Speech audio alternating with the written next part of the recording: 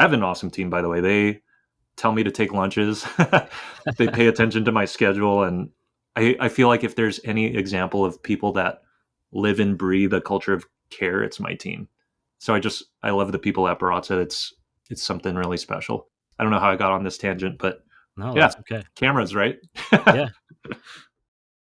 Hey everyone, thank you for listening to Coffee Smarter Pro. If you're enjoying this show or any of the Roast West Coast coffee podcasts, please help us grow by buying us a cup of coffee and signing up for our newsletters. Links in the show notes. Thank you. Before we get started on the show today, I want to shout out the presenting sponsor, Roastar Coffee Packaging. We couldn't do this without them. You can find Roastar online at roastar.com. Now, on to the show.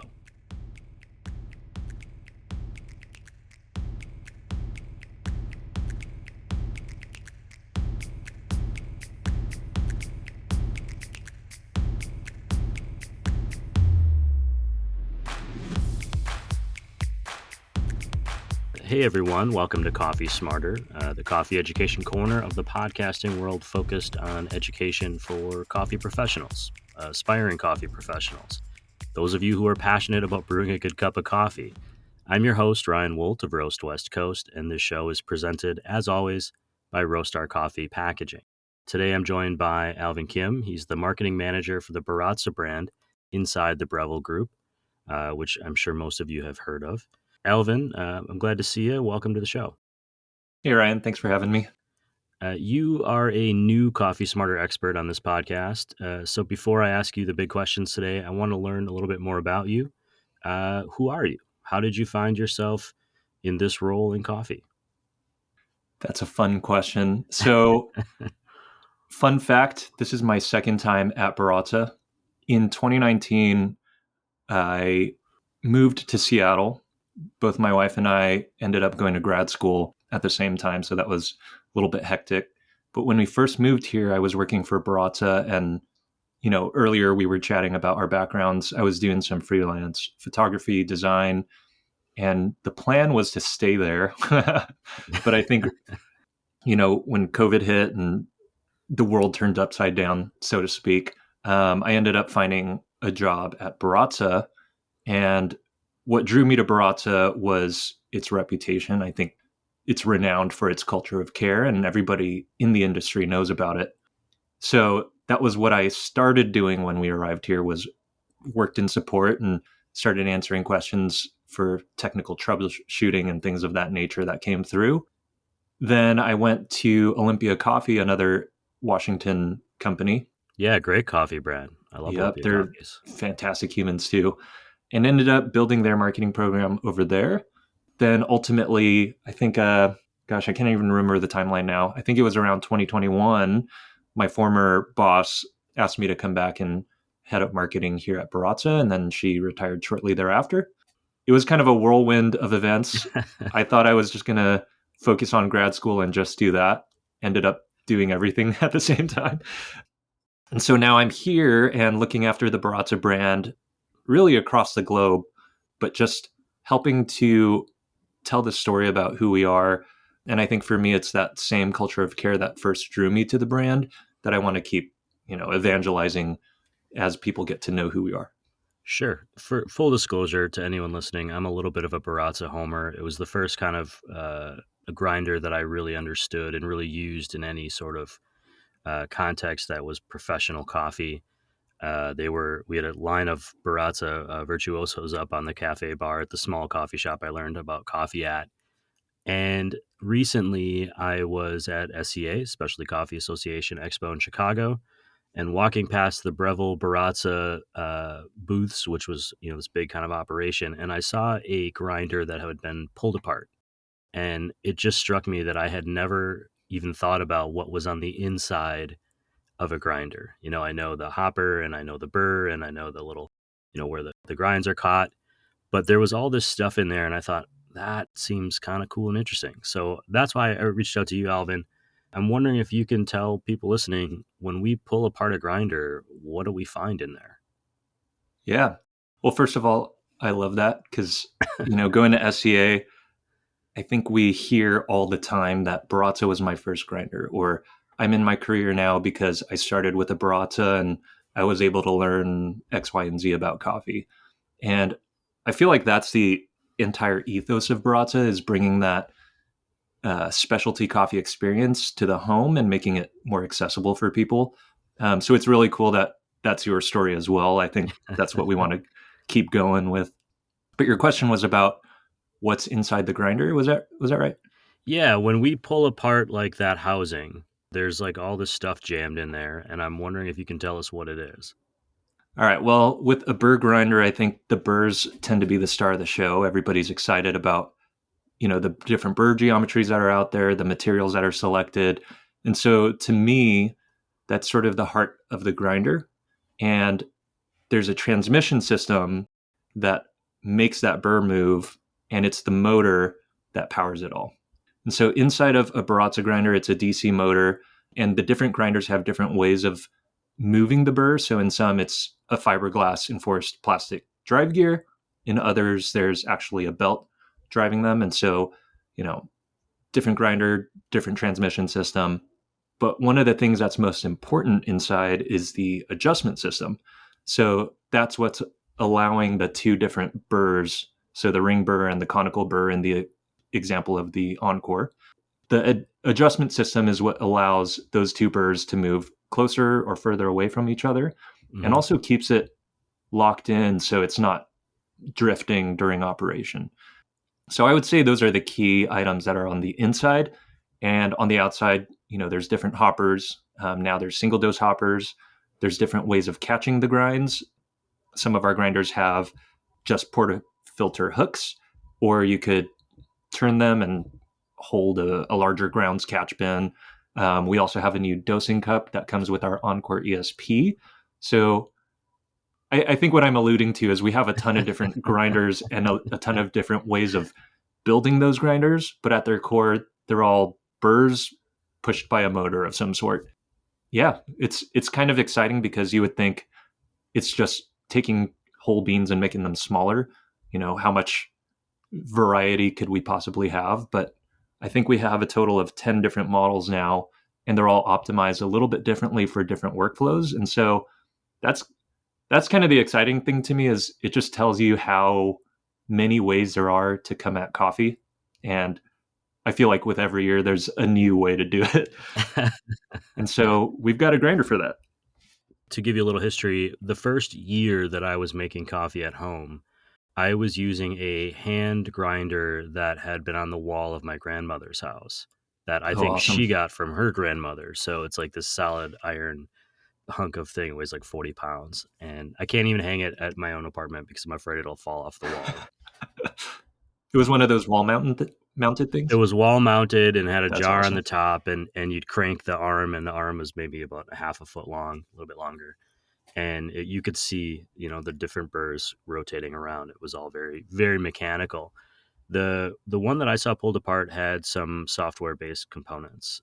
How technical is that? I mean, is it a complicated system or is it something that is repairable? That's kind of my biggest question is how much of what we find in there is repairable?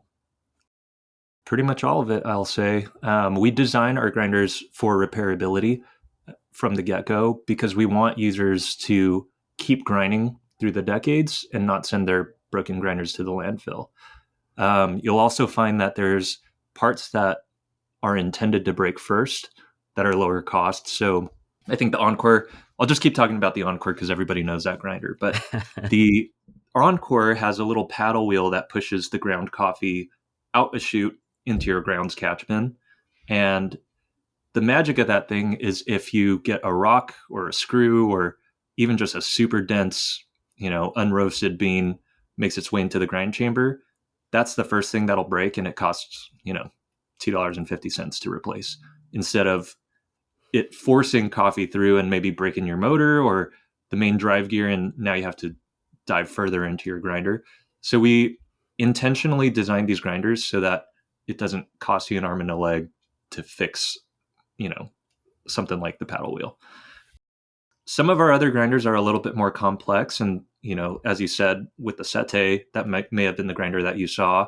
Hmm. There's electronics in there that control a grind by weight system or programmable presets on the display, all of that can be replaced too. So if there's something wrong with the firmware, or something on the display board shorted out, you can just purchase that display board and replace that right away. So as the marketing manager, is it, I'm just thinking about this from your perspective, at least I'm trying to. If you can replace and fix all these parts, and I don't have to buy another grinder for a decade or 2 decades or longer even, do you have to keep finding new markets to buy your products? I mean, that seems like a challenge in and of itself, that if you're encouraging the repair and replacement, which I 100% believe in, uh, do you also have to keep finding new markets to sell product as you go? I would say absolutely. But a good perspective to keep is if you look at the specialty coffee market inside of the wider specialty or wider coffee market, that is, we make up just a small fraction of the big pie. I think last we estimated we're somewhere in the 5 to 7% of the total coffee industry, and that was in the US.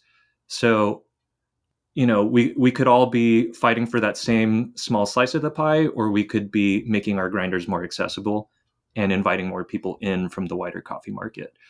And that's kind of always been Baratza's goal, is show people why specialty should be your way of doing things at home. And so I think when we approach this question, yes, you know, obsolescence would be the best way to keep making money over time. But in Baratza's case, we've been successful with our model of keep your grinder forever. And I think you see it in reviews too. It's something that's really unique to me. In one of my MBA projects, I actually wrote about how Baratza's customer service model was an example of entrepreneurial marketing, especially at its time, because so many companies at the time were holding information close to the chest, or they would prefer that you purchase a brand new model when something might have broken. But in Baratza's case, you could call the company, somebody would be on the other side of the line, and you would get access to parts. There were video guides that were made, PDFs, and those videos were literally shot inside of Kyle Anderson's treehouse. So if you see it says Treehouse Productions at the end, it's because it's literally his treehouse. And today, if you look at a review of a Baratza grinder, it always includes a reference to customer service or customer care. And somehow that became part of the selling point of our products. It's not just about the quality of the grind that you get, it's about the people on the other side of this business. And to me, that's something really special. And I think there's power in that. And so we're going to continue that. And so, I don't think we have any plans to build grinders meant to break. And that's just not part of the plan.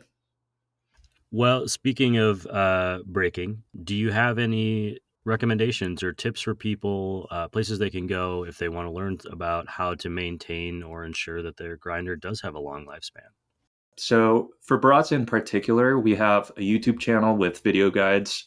If you go to baratza.com, click support, there's a section where you can go to knowledge articles, and basically it's our entire resource of what we translated from PDFs into online articles for every single grinder in our lineup. And if there's an issue that you just can't figure out on your own, you can always submit a request to speak with one of our agents or give us a phone call, and somebody will be on the other side. So I think in our case, you can just talk to somebody and we'll help you. And often we get messages even to our Instagram asking similar troubleshooting questions. So to me, that's sort of the fun of the business. Is I think our customers in particular are eager to learn, excited about coffee. And so it's a little bit infectious for us because, in my case, I've been in coffee for 10 years now, but there's always that other person that's reaching out to us that's just so stoked. And it gets me excited again about coffee because it's just such a unique industry, like I said earlier, with so many angles to come at it. And so being able to engage with people from all those different angles keeps things interesting for me. So, since you are a coffee person, I have to ask you this to end our show, which is, if you were to stop at a coffee shop that you'd never been to before, what are you going to order? Boy. Um, I love a pour over, but if I'm walking into a cafe, I won't order one unless there's nobody behind me, or maybe they're using like a pour steady or something, and it kind of makes things more convenient for them. I remember when I came up in coffee, we had one person behind the bar running register and making coffee, and pour overs being on that menu was uh, it was a little chaotic. And so, I never wish that upon anybody else. And so, unless there's an opportunity for them to make that pour over slowly and we can engage in conversation while they're doing it, I generally avoid that. And nowadays, batch brew is incredible. And so I'm super satisfied ordering a batch brew. But I will say when I'm traveling, I tend to order too much and I'll order a little of each. So love to taste an espresso, a filter, and then something with milk in between. So That's a good policy. When I'm traveling, I just order 2 or 3 things, and then, I may not make it through all of it, but I'm usually with my wife, and we'll mix and match and swap. yeah. Not wanting to put out a barista because you've been in that position, but also because you don't want to slow things down for someone behind you is a very Midwestern ideal, Alvin. I feel like that Sorry, might West be in Coast through and through. Very cool. Well, I really appreciate you being here. Did I miss anything that you wanted to share today before we go off air? No, I think we covered it all. I'm really good at rambling, so if I wasn't clear on anything, I invite your listeners to reach out to us, ask for clarification. I will. I'll put your direct home address on there. They can send Yes, you a letter. please. Send coffee. Alvin, I really appreciate your time and what you're doing at Baratza and your willingness just to share kind of some information about what goes on under the hood. Awesome. Yeah, thanks for having me. It was super fun. Hey everyone, thank you for listening to that conversation with Alvin Kim, who manages the marketing team for the Baratza brand inside the Breville Group. Alvin is a new Coffee Smarter expert on our slate of shows, but I have a feeling he'll be back. You can head to coffeesmarterpodcast.com to see all of our past Coffee Smarter podcasts and the links from this one. That said, some key takeaways from today's episode. The inside of a coffee grinder looks cool. I don't really understand how it all works. I don't really have an aptitude for mechanics like my younger brother Brad, but it definitely looks cool. I saw the Baratzas fully disassembled at the Specialty Coffee Expo, and I did a cartoonesque U-turn in a sea of coffee people in an effort to get a closer look. Inside the grinder housing, you'll find the transmission, which makes the bottom of the burr rotate, not unlike how a car engine makes a wheel turn, albeit without the gasoline. That would actually be a pretty wild world to live in. Imagine if coffee grinders were run on combustion engines. Every morning would be a true adventure. Different grinders will have different systems of drive crank or belt that cause the rotation. For this show, we focused mostly on the Baratza Encore, because it, along with its upgraded sibling the Virtuoso, are the most accessible Baratza grinders to the general public, and Encore sits on my coffee cart in the kitchen. As I said it, I realized that coffee cart sounds cooler than it really is. To clarify, I have a coffee cart in my kitchen because space is always at a premium in Southern California, and in my apartment, they sacrificed kitchen countertops. The most important mechanism inside the grinder is the one that allows for precise and consistent adjustments for moving the burr, ensuring evenly ground coffee at various levels of coarseness. Alvin noted that every year there's a new way to come at coffee, and at Baratza, they'll have a grinder for that. One of the things I most appreciate about the Baratza grinder, and the reason that I reached out to them instead of, say, another brand, although there are plenty of great brands out there, is that they are designed to be repairable. My last grinder stopped working after a few years, and it essentially became an awkwardly sized paperweight. With the Encore and other various models, the parts most likely to break first, if they break, are designed to be so because they are more affordable for the consumer to replace, and Baratza offers those replacement parts. The more expensive parts are higher quality to prevent the need for repairs easily. Finally, what makes Baratza special to Alvin is that the business isn't just about the quality of the grind. It's about the people on the other side, you and me. It's also about the quality of the grind, of course, but not only that. The humans matter. Sometimes it doesn't always feel like that. Sometimes I feel just like I'm expected to consume as opposed to human. That's our Coffee Smarter Pro episode for today. Our guest coffee expert, Alvin Kim, is the marketing manager for Baratza, which is part of the Breville Group. Head to baratza.com to see the full lineup of coffee grinders they offer. From the Encore to the Forte, they've got grinders suited for the coffee enthusiast to the cafe countertop. And if you have a grinder question, please reach out to Baratza on baratza.com. A human will be on the other end of that call. You can find more links and coffee context in our newsletter at coffeesmarterpodcast.com. The presenting sponsor of Coffee Smarter Pro is Roastar Coffee Packaging. Find them online at roastar.com or in real life in central Wisconsin. They'll help you tell the big story of your small business. That's roastar.com. Thank you to Crossings Coffee, who along with Hasea Coffee Source green coffee importers have been essential to uplifting our Coffee Smarter efforts. And a shout out to our legacy partners, Zumbar Coffee and Tea, Steady State Roasting, Moster Coffee Company, Coffee Cycle Roasting, Camp Coffee Company, Maria Coffee, and Cape Horn Green Coffee importers. Our full city partners include Ignite Coffee Company, Ascent Coffee Roasters, Civets Roasting Machines, Craft 42 Roasters, and Cozy Canine Coffee. If you'd like your company's name to be on that list, please reach out to me through the roastwestcoast.com website or send me an email at roastwestcoast@gmail.com. This show is part of the Roast West Coast Coffee Network and can be found on your favorite podcast platforms, like Apple and Spotify. If that's where you're listening, please give us a ranking and a review if you can. Search for Coffee Smarter Pro. If you want even more, the best place to listen, learn, and connect with the community of craft coffee online is on coffeesmarterpodcast.com. Sign up for all of our newsletters to be inspired and to learn from other coffee people. This episode of the podcast was written, recorded, and edited by me, Ryan Wolt. That's all, everyone. Please tip your baristas and drink good coffee. Smarter.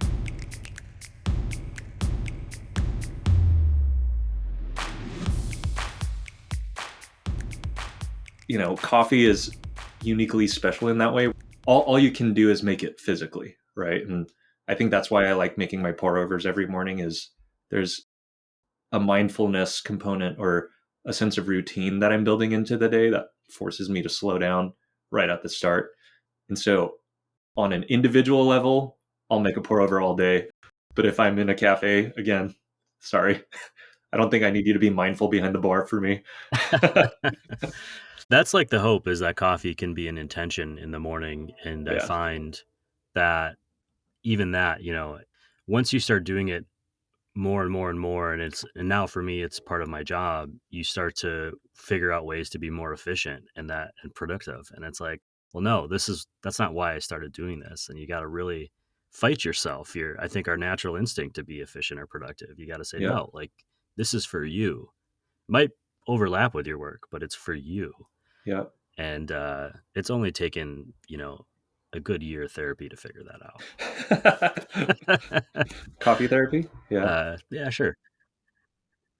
Especially, I don't know if calling them the prosumer is the best way of describing them, but I think people deep into the specialty coffee hobby, if you will, are willing to engage in those slowdown moments, such as WDT, RDT, adding steps to their process, steps to their workflow. And it's so interesting because we're all in pursuit of that perfect cup, the God shot, if you will. In the past, it used to be grind your coffee and then brew it within 30 seconds or it's done.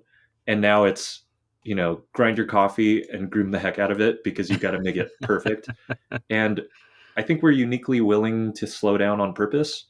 And it's a really interesting community of people that we get to market to, as people who care so deeply about something, almost obsessively.